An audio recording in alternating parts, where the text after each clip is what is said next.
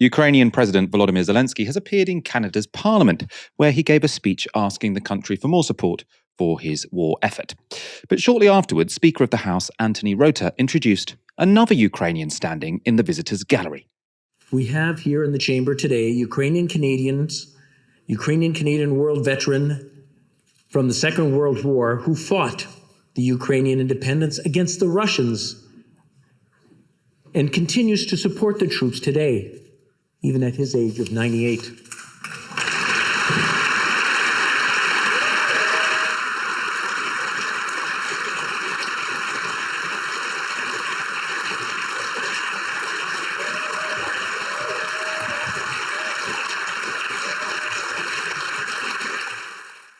So he fought in the Second World War against the Russians.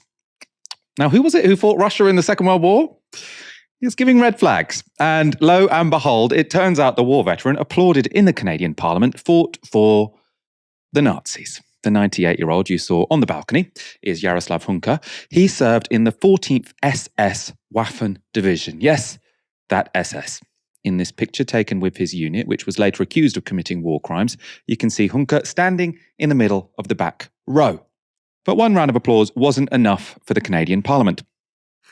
He's a Ukrainian hero, a Canadian hero, and we thank him for all his service. Thank you.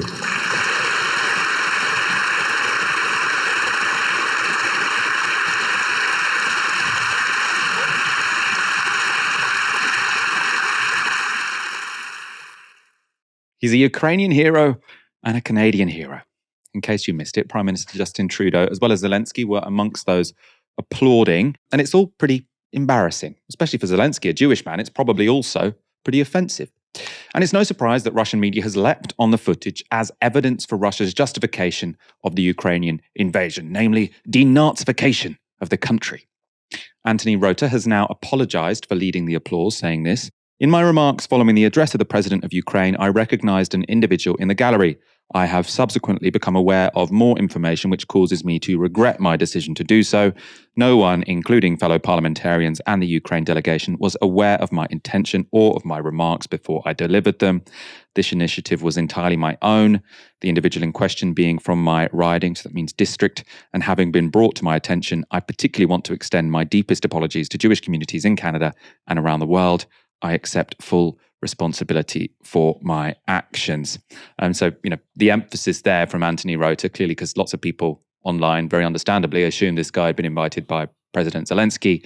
No, the Speaker of the House in Canada is saying, "It was me, it was my bad, I hadn't put two and two together, I'm sorry." Ash, the whole thing is very embarrassing. I mean, obviously been jumped on by sort of fans of Putin's invasion. I don't think we should draw any conclusions that suggest that this means that the resistance of Ukrainians against Russian invasion is not legitimate. But I suppose it does potentially put on show sort of the naivety of some Western supporters of the defense of Ukraine. As we've discussed before, I think that Ukrainians have the right to resist an unlawful invasion of aggression, right? Russia is waging a war of aggression, and Ukrainians have a right to resist.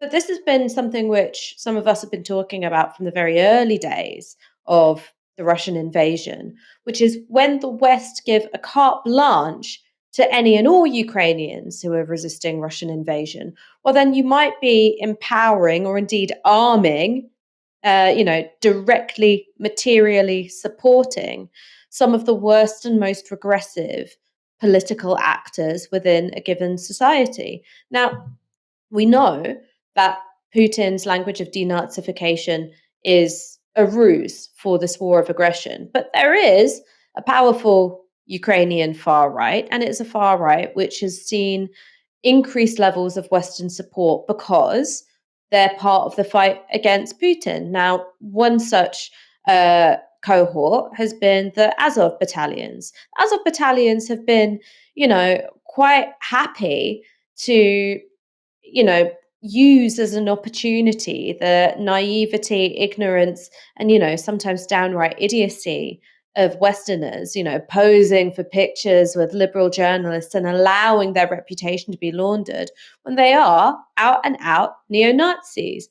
I mean, it's a relatively common thing for, a photo or a graphic to go, around the internet celebrating Ukrainian resistance. And then it turns out the guy, who's portrayed in it has neo-Nazi tattoos. And I think that this shows the danger of this moment where you've got a legitimate resistance to an unlawful invasion being used as an opportunity to launder Nazism and neo-Nazism.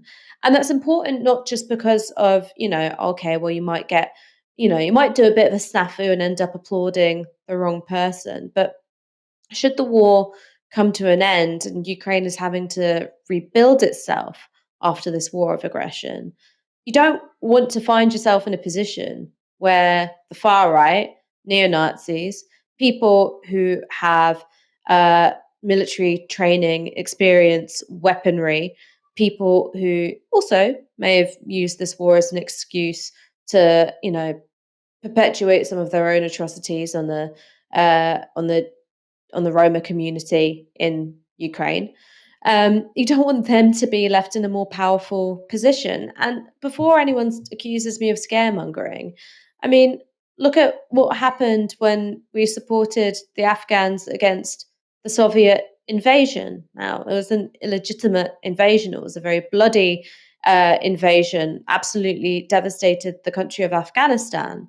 But Western support alongside, activities from the ISI meant that you were supporting and arming the Mujahideen, who, later from that emerges the Taliban. So these are things which can have devastating long-term consequences. But when you talk about this in mainstream media, you get very, very quickly shut down. When I was interviewed by Andrew Neil, and I talked about these dangers of, well, if your position is that we should feel very comfortable arming neo-Nazis if you thought about the consequences, he got very angry with me. He was like, well, the real fascists are the Russians. And I was like, well, okay. UK, America, got a history of doing this before, but fine. If you're comfortable arming neo-Nazis, that's your hill to die on. Certainly not mine.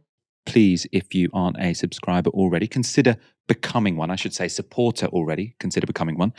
You can do so at novaramedia.com/support. You may know we're looking to get 5,000 extra paying supporters so that we can continue this show on the road and keep expanding. If you're already a subscriber, thank you so much. We really do appreciate it. You make all of this possible. If not, as I say, please do go to novaramedia.com/support. Our traditional ask is for the equivalent of 1 hour's wage a month. But of course, we really do appreciate anything at all you can afford.